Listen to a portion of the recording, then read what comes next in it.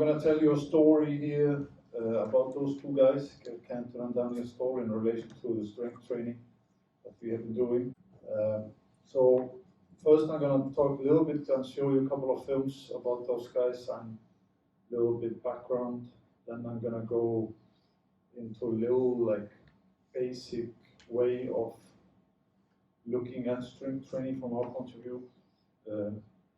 Then I'm going to talk a little bit about the original system of Gerd Kanter, and then I'm going to go into detail of Daniel Ståhl, and the practical session is going to be totally about him, and he's going to be showing you what we do, and at the same time I'm very much on planning, and I have very much interest that when you come home tomorrow that you can use this on Monday. That is always my goal.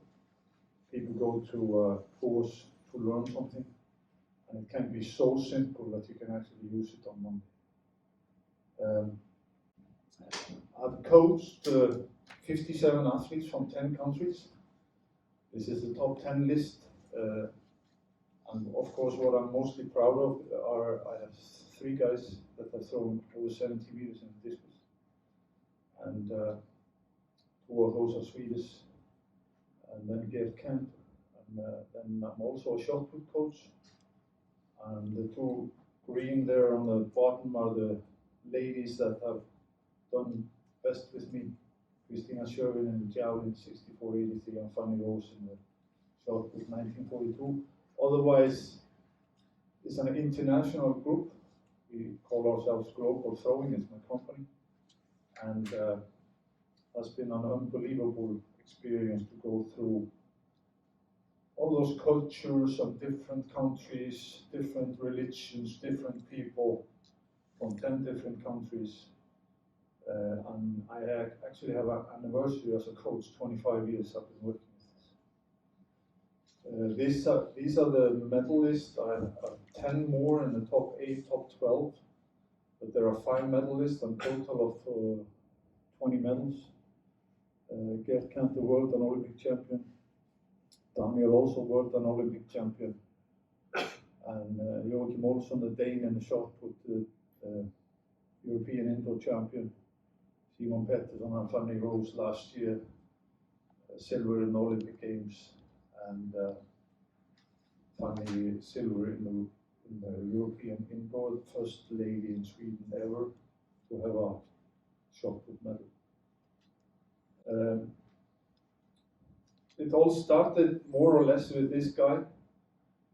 I got a phone call from Estonia in the fall of the year 2000, 22 years ago, from a guy, and he asked me if I could coach this guy, because nobody wanted to coach him, because he was not talented. Think about it. 8 years later, he was the world champion. 9 years later, he was the Olympic champion.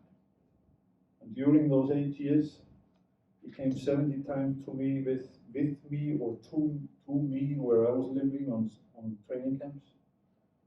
He did approximately 100,000 throws during that time, competed in 200 meets, did 4,000 training sessions, worked approximately 10,000 hours.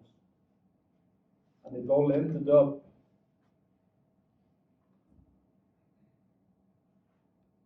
maailmameistrivõistluste järel, et siin olümpiavõitluses medal saavutada. Ja see 4. katse ning ketas läheb kõrget lendu, kuid tuleb väga piiriks. Ja tuleb üle 38 meetri. See kollane joon on 69. 89. Olümpiarekord on nüüd õhus. Olümpiarekord veel mitte, aga liidri tulemus 68-82. Fantastiline, kui treener ennustas, et 68 meetrit. Olympic champion in 2008, and then last year I got to experience something that I never thought I would experience, to win a gold and silver in the same event with the guys from your neighbor country, Sweden. They won gold and silver. in the discus. And then after that, I started to ask myself, well, what am I going to do? Because everything from now on is a defeat. Because I can't top that as a coach. Otherwise, they will do it again. Because the Olympics are the biggest event we can compete in. And I won gold and silver. Fanny Rose got the best result of a Swedish woman in athletics and got 7th place. And here that is when Daniel throws his gold medal throw.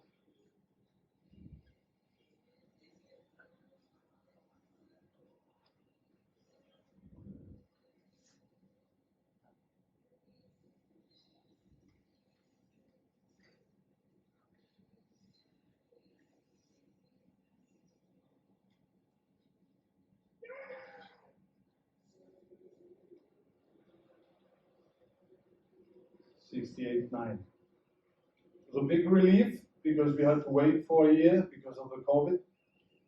We ranked number 1 in the world for 3 years until this year. And then to wait for a year to be able to do this. And everything but a win was a loss. That's tough to do. But he did. I'm extremely proud of that. That means that those guys won gold in discus in 2008 with 68.82 and also in 2021 with 68.9. And I decided to have these two guys as a theme here because they are as different as they can be. Extremely different personalities, very different physically. If there is any common thing, they have the same coach, but very, very different people. And because of that, it's interesting to see what was the original way of thinking with Gerd Kanter and how could I follow up with that on Daniel Ståhl.